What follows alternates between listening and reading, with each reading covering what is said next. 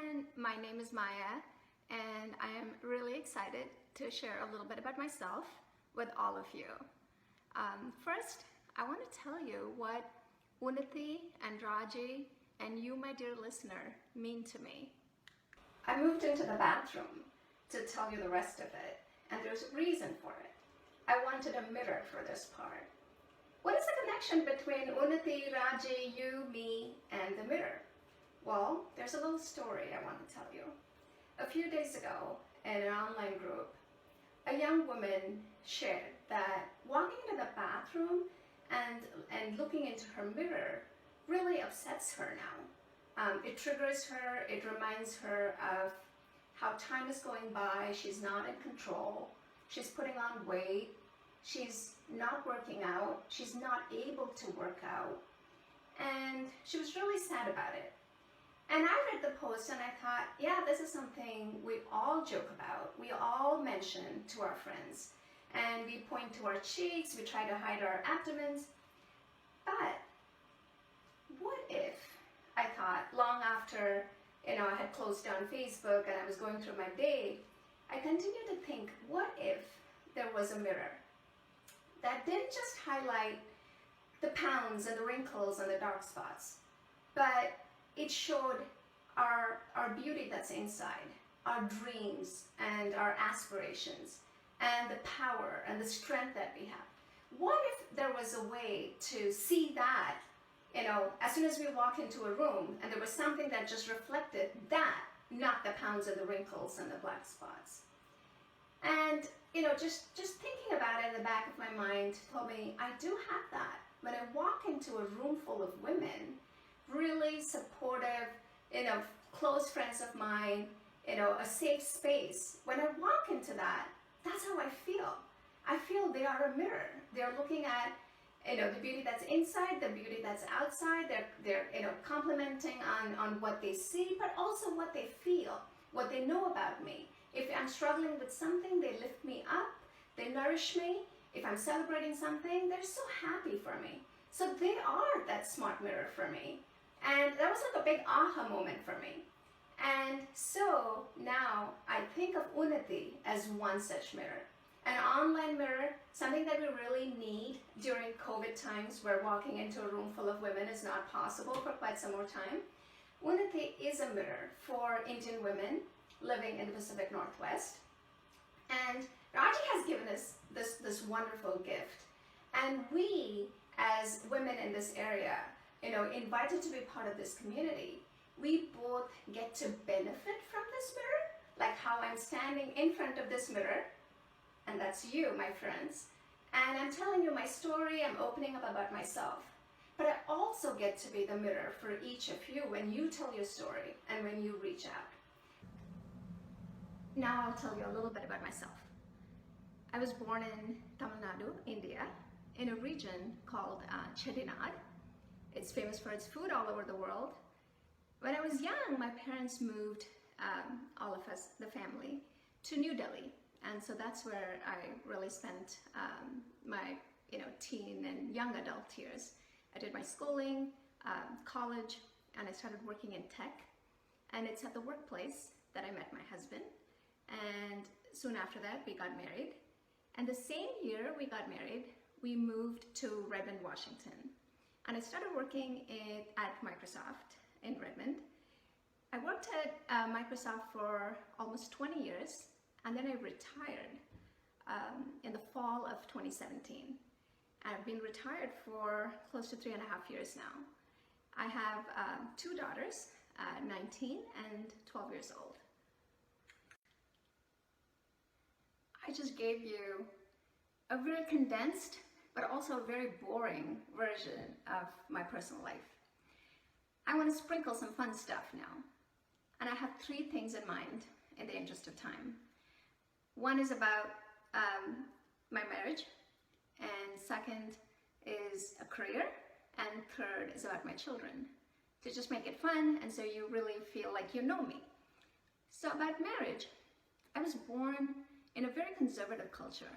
There were lots of norms and rules for women. And I found every single one of those norms and rules really restricting from a young age. So after I started working in tech and I got to know this guy who seemed to meet all the qualifications for a great spouse, and I wanted to marry him, I realized I need to open a door that women in my family, in my culture, had been told not to touch, not to go anywhere near. But I had to open the door because the rest of my life was on the other side of that door. So I went ahead and opened the door. My husband and I got married in Delhi's High Court. There were many wonderful people present in that crazy, crazy wedding in the court. There were important people missing too. But it isn't at all about the budget or the venue or who was attending and who wasn't. Our marriage was really about two young people choosing to do what felt right to them, willing to embrace the risks that came along with it, and the people that believed in that young couple. So little details. I'm a Hindu, my husband is a Christian. We speak different mother tongues, we come from different parts of the country, different life experiences. But here we are, 24 years later. We are living the life that we are supposed to together. The second snippet is about career. I told you how a few months after we got married, we moved to Redmond, Washington to work in tech. It was actually me that got the job opportunity, the visa, and the option to work at Microsoft. My husband, though he had tech experience, at that moment, at the time I was supposed to leave and join here, he had not gotten the visa or the job yet. It would come, but later. And we didn't know exactly how much time it was going to take. But in the moment, we were like any couple that's faced with the decision. Often in majority of the cases, it's the husband that gets the job and the wife, gives up her career, her job, packs her bags, and moves to the new place and establishes herself. In our case, the small detail is the roles were reversed. Kudos to my husband. He handled those 2 years, before he started working in tech. He handled those 2 years really with a lot of joy and grace. However, those 2 years were phenomenal. They were transforming for us as a young couple. One, we were surprised to hear and sense the reactions from the community here as well as from the community back home. It seemed it was a big deal for a young couple to go where the woman is the primary or the solo breadwinner, and the husband, who's very capable of having a great career, agrees to give it up and wait patiently and is willing to restart his career. The second thing, it helped with, us is that it made us really, really strong. It made our marriage, be founded in equality. My husband, proved that he's a real feminist, that he believes in equality to the point where he will give up, something as important as a career, because career is considered very important for men more than women. So it has really helped our, following years, one of equality, respect, and mutual dignity. The third story I want to tell you is about children. My husband and I were very committed to having all of our children via adoption. We were not that into having biological children. But having moved to the US and beginning to understand the immigration laws and the adoption process for international adoptions, we were very discouraged by the timeline and the uncertainties. So we made a very difficult compromise. One that is difficult even today, we still talk about it, is that we decided to have one biological child and adopt our second child.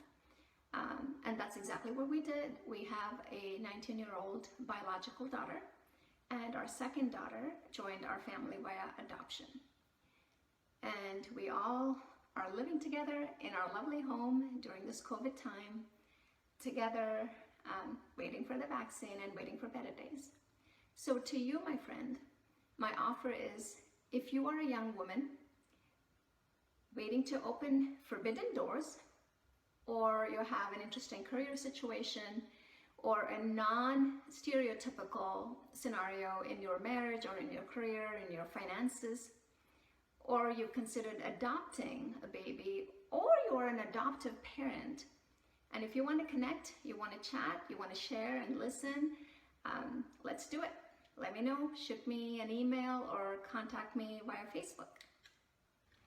For this final segment of the monologue, I moved in front of my home sign, and I'll tell you why this sign is so significant for me and my family at this point in time. So I retired in 2017 with the goal of spending the rest of my life serving the community. As a child in India, I heard the phrase social service, and it really had a huge impact on me. And now in the US, we call it community service, but that's what I do. I retired when my husband and I felt we've reached a point of financial freedom that we don't have to both work anymore. And so my husband still works and supports the family, while I spend money, resources, my skill, talent, time in serving several nonprofit organizations, individuals, groups in this area, or basically anywhere in the world. I really don't limit myself. I'm not picky. If it's a good cause, especially if it's women-centric, if it's a local organization where I can do volunteering or I can do some leadership work, I'm there. I show up. So here are a couple of organizations that I serve. First one is the Sophia Way. It's an organization that serves women who are experiencing homelessness on the East Side. And I serve as the chair of the board of directors, and I get so much out of it. Homelessness is a complex problem, but it attracts phenomenal leaders and phenomenal smart people, compassionate people, most of them women. So I really have this amazing community of women through which I can do my life's best work at this point in time. So I consider myself very lucky to be associated with the Sophia Way. And I also am an advisor for a couple of organizations focused on education and environment. And I do both direct and indirect service for these organizations. By direct service, I mean volunteering, helping students or the women who are experiencing homelessness. By indirect service, I mean attending board meetings and committee meetings and fundraising and all this amazing stuff that keeps a nonprofit healthy. So the back end of it, it keeps me, physically fit and mentally stimulated. So it's a great combination. I also show up and help friends, strangers, neighbors. I may cook and take a meal to someone. I may call someone and listen to them and connect them with resources they need. I really just do whatever comes through my phone, a text, a messenger message, or a doorbell ringing. And I love the sense of community that I enjoy in so many different aspects of my retired life. So I truly consider myself blessed. So if you are someone that is considering retiring or incorporating community service into your life, or like how to juggle different things, whatever your question might be, like about nonprofit, about Sophia Way, about homelessness, anything that you heard here, you want to hear more about, you want to talk to me about, contact me. I would love to have a virtual coffee with you and give you a tour of the shelter or the school that I volunteer with and tell you more about it. Now with that, I say we wrap up this monologue and continue offline. And thank you for watching all the way through, and a big thanks to Raji again.